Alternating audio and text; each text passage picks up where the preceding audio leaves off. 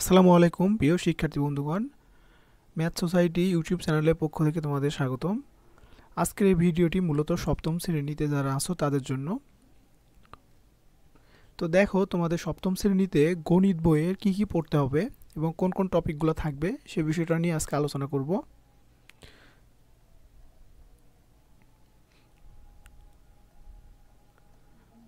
তো প্রথমে আমরা শিরোনাম এবং অধ্যায়ে চলে যাই। তো প্রথম অধ্যায় হচ্ছে মূলদ ও অমূলদ সংখ্যা।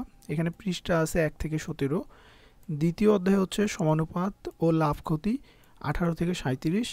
তৃতীয় অধ্যায় হচ্ছে পরিমাপ 38 থেকে 49। চতুর্থ অধ্যায় বীজগাণিতীয় রাশির গুণ ও ভাগ 50 থেকে 68। পঞ্চম অধ্যায় বীজগাণিতীয় সূত্রাবলী ও প্রয়োগ 69 থেকে 88। ষষ্ঠ অধ্যায় বীজগাণিতীয় ভগ্নাংশ 89 থেকে 101। সপ্তম অধ্যায় সরল সমীকরণ 102 থেকে 118। অষ্টম অধ্যায় সমান্তরাল সরলরেখা 119 থেকে 126। নবম অধ্যায় ত্রিভুজ 127 থেকে 144। দশম অধ্যায় সর্বসমতা ও সাদৃশ্যতা 145 থেকে 161। একাদশ অধ্যায় তথ্য ও উপাত্ত 162 থেকে 169।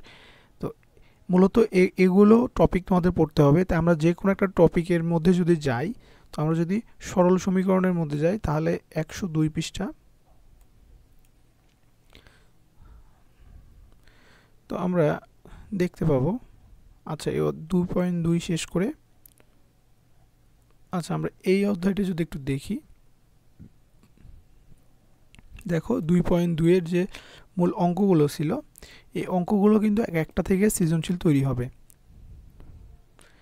দেখো এই অঙ্কগুলো। তারপর গতি বিষয়ক সমস্যা, অর্থাৎ স্রোতের প্রকৃত গতিবেগ, স্রোতের গতিবেগ, তারপরে হচ্ছে স্রোতের অনুকূলে হলে কি হবে, প্রতিকূলে হলে কি হবে। তারপর এই উদাহরণগুলো থেকে তোমাদের সৃজনশীল হওয়ার সম্ভাবনা খুব বেশি থাকে। অনেক সময় আমরা উদাহরণ দেখে করি না, কিন্তু এগুলা থেকেই সৃজনশীল প্রশ্ন থেকে যায়।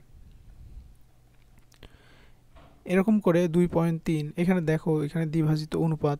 সো এগুলো তোমাদের ক্লাসে আমি করাবো। প্রত্যেকটা অধ্যায় থেকে তোমাদের সিলেবাস অনুসারে পরীক্ষায় যে সিলেবাস থাকবে জানুয়ারি মাসের 1 তারিখ থেকে আমরা শুরু করব। তো টেনশন করার কিছু নেই, জাস্ট তোমরা কি কি থাকবে এই বিষয়টা আপাতত জেনে রাখো। তৃতীয় অধ্যায় পরিমাপ। এখন দেখো এই অধ্যায় শেষে আমরা কি কি জানতে পারবো। দৈর্ঘ্য পরিমাপ, একটা স্কেল আছে, তো এরকম আছে, তোমরা দেখে নিও, সমস্যা নেই। আর কমেন্ট সেকশনে তোমাদের আমি আমার ফেসবুক পেজ এবং গ্রুপের লিঙ্ক দিয়ে রাখবো। তোমরা অবশ্যই গ্রুপে জয়েন হবা। গ্রুপে জয়েন হওয়ার মাধ্যমে যদি তোমাদের কোনো টপিক বুঝতে সমস্যা হয়, গ্রুপে জানাইলে আমি সেখানে লাইভ ক্লাসের মাধ্যমে সেটা সমাধান করে দেব।